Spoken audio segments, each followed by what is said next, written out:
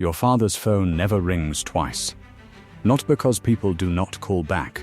They do, always, desperately. But because he answers on the first ring, every time, day or night, in a way that has always seemed to you less like a habit and more like a reflex. Like breathing. Like the specific alertness of a man who has spent so long being needed that his body no longer distinguishes between available and awake. You have watched him answer that phone at 2:00 am in the kitchen, at 6:00 am in the car, once at your 8th birthday party, stepping away from the cake with an expression you were too young then to name, but can name now precisely. The face of a man shifting gears between two completely different, lives in under 3 seconds. His name is Walter. He is 51 years old. He has a law degree from Georgetown, a consulting firm with 11 employees on the 8th floor of a building in Washington, D.C., and a business card that reads, Strategic Crisis Management. This is accurate in the same way that describing the ocean as wet is accurate. It contains the surface and nothing underneath. What your father actually does is this. When powerful people, politicians, executives, diplomats, occasionally people whose power has no official title, find themselves in situations that cannot be resolved through normal channels, they call Walter. Not his office, not his assistant, his personal number, which fewer than 40 people in the world possess. He answers on the first ring. He listens. He asks 3 questions. Always 3. Always the same 3, though you have never been in the room when he asks them. Then he says, I will call you back in 1 hour. And in 1 hour, he calls back with a solution. Not a suggestion. Not a strategy. A solution. Specific, complete, and by the time he delivers it, already in motion. You do not know the details of what the solutions involve.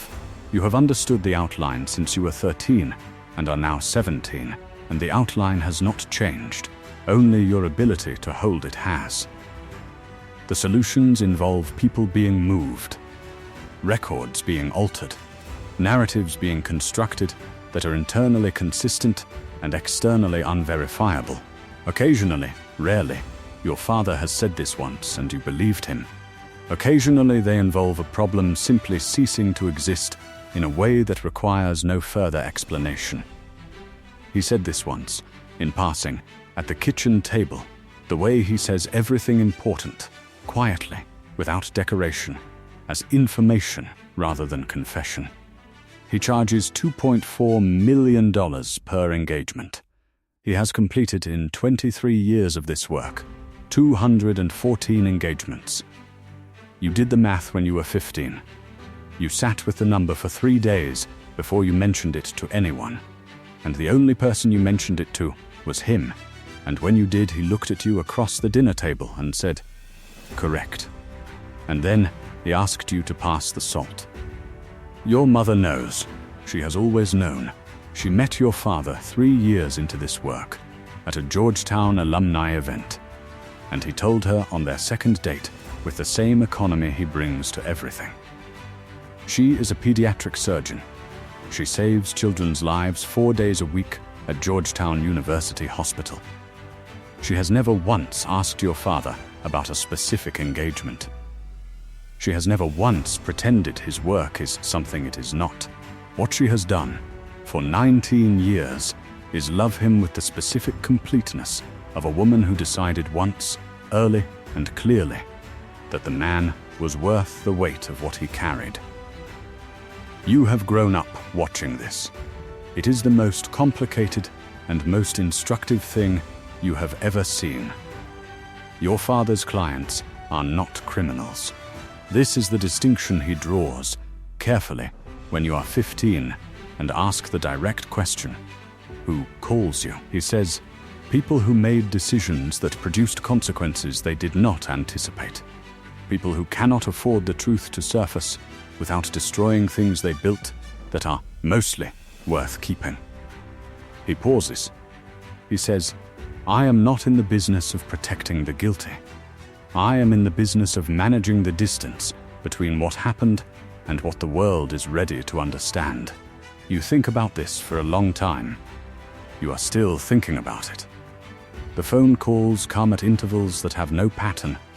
This is intentional, he explained once. Pattern is the enemy of security. But there are signals you have learned to read over 17 years. When he eats dinner with his phone face down instead of in his pocket, something is already in motion. When he takes his coffee black instead of with the single sugar he normally takes, he is calibrating, running calculations. The sugar is the first thing that goes when his mind is fully occupied. When he cancels a weekend plan without explanation and simply says, "Something came up," you know that somewhere in this city or another one, a problem is in the process of disappearing. You have never asked what the problems are. This is not because you lack courage or curiosity. You have both in quantities your teachers have been remarking on since you were 8. It is because you understood early that some questions, once asked, change the relationship between the asker and the answerer in ways that cannot be undone. You are not ready for that change. You do not know if you will ever be ready. This is the most honest thing you know about yourself. Last month, a man came to the house.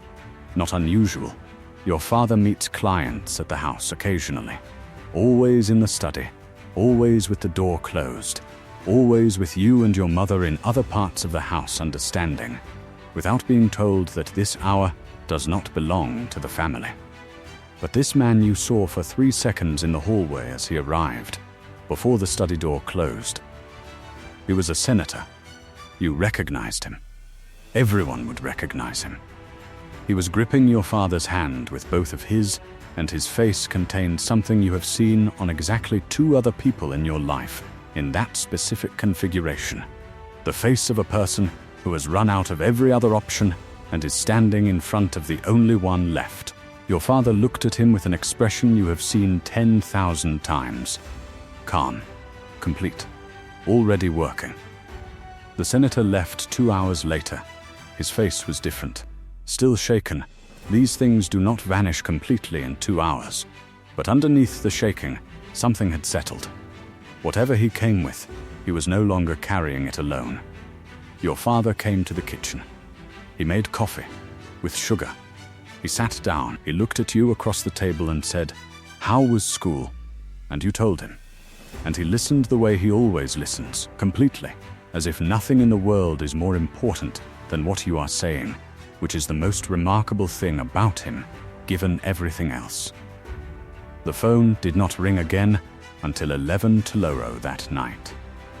He answered on the first ring. He always does.